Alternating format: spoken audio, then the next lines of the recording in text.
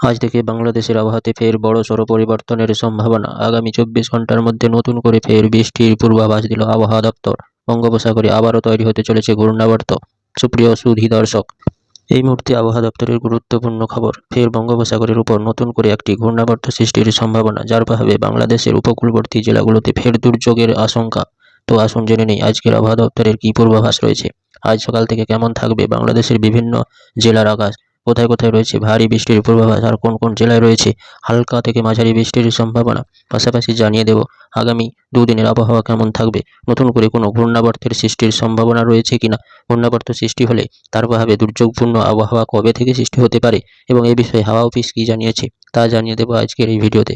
অতি অবশ্যই ভিডিওটি শেষ পর্যন্ত দেখবেন। এই মুহূর্তে আপনি কোন জেলা থেকে দেখছেন তা অবশ্যই আপনার জেলার নাম ভিডিওর কমেন্ট বক্সে লিখে জানাবেন।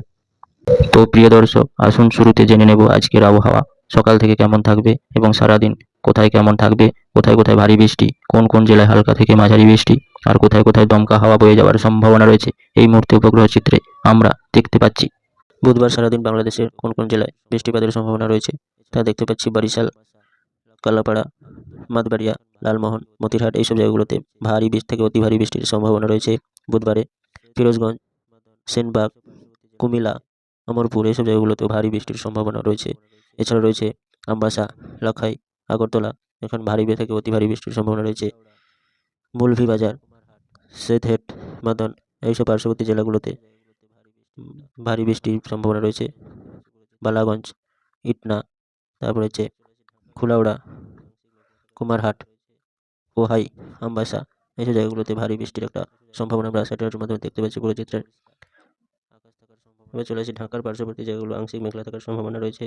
খুলনা, যশোর, লোহাগড়া এইসব জায়গাগুলোতে আংশিক মেঘলা থাকলেও মেঘমুক্ত পরিষ্কার আকাশ থাকার সম্ভাবনা রয়েছে। পাবনা, তারপরে হচ্ছে সাহিলকুপা, সিংড়া, রাজশাহী এইসব জায়গাগুলোতে বুধবার আপাতত মেঘের কোনো ঘটা নেই বললেই চলে, আবহাওয়া সূত্রে জানা গেছে। মহাদেবপুর, ঘোড়াঘাট, বালুরঘাট, রংপুর, তারপর হচ্ছে ছাড়, রাজীবপুর, টুরাতে হালকা বৃষ্টির সম্ভাবনা রয়েছে দেখতে পাচ্ছি। টুরার পার্শ্ববর্তী জায়গাগুলোতে হালকা বৃষ্টির একটা সম্ভাবনা রয়েছে। ডালু, নাতিনা, ললিতাবাড়ি, ফুলপুর, জামালপুর এইসব জায়গাগুলোতে মেঘমুক্ত পরিষ্কার আকাশ। ত্রিশাল, ভালুকা, কাপাসিয়া মেঘমুক্ত পরিষ্কার আকাশ থাকবে। বিশেষ করে ব্রাহ্মণবাড়িয়া, আগরতলা, নাসিরনগর, ইটনা ভারী বৃষ্টির সম্ভাবনা রয়েছে। বানিয়াচক, তারপরে ফেনারবাগ, জগন্নাথপুর ভারী বৃষ্টির একটা সম্ভাবনা রয়েছে। বালাগঞ্জ, কালাউড়া, তারপর হচ্ছে ধর্মনগর, কামারঘাট এইসব জায়গায় ভারী বৃষ্টির সম্ভাবনা রয়েছে বুধবার। উদয়পুর, কুমিল্লা ভারী বৃষ্টির সম্ভাবনা রয়েছে। লংদগু, রাঙামাটি, হাজারিয়া, রাজস্থলী এইসব জায়গাগুলোতে ভারী বৃষ্টির সম্ভাবনা রয়েছে। তাহলে বাংলাদেশের দক্ষিণ প্রান্তে এবং হচ্ছে উপকূলবর্তী জেলাগুলোতে ভারী বৃষ্টির একটা সম্ভাবনা দেখতে পাচ্ছি বুধবারের সারাদিন। এই মুহূর্তে বঙ্গোপসাগরে যে টেম্পারেচার বা পরিস্থিতি তা একটি ঘূর্ণিঝড় তৈরিতে যথেষ্ট সম্ভাবনা রয়েছে। ফলে এখনই যদি কোনো সিস্টেম তৈরি হয় তা খুব দ্রুত ঘূর্ণিঝড়ে পরিণত হওয়ার সম্ভাবনা ও আশঙ্কা বেশি। কেননা একটি ঘূর্ণিঝড় তৈরি হতে গেলে যে টেম্পারেচার তা এখন বঙ্গোপসাগরের পরে রয়েছে এবং প্রচুর আর্দ্রতার যোগান রয়েছে। আর্দ্রতার যোগান থাকলে ঘূর্ণিঝড়ের শক্তি দ্রুত বৃদ্ধি পায়।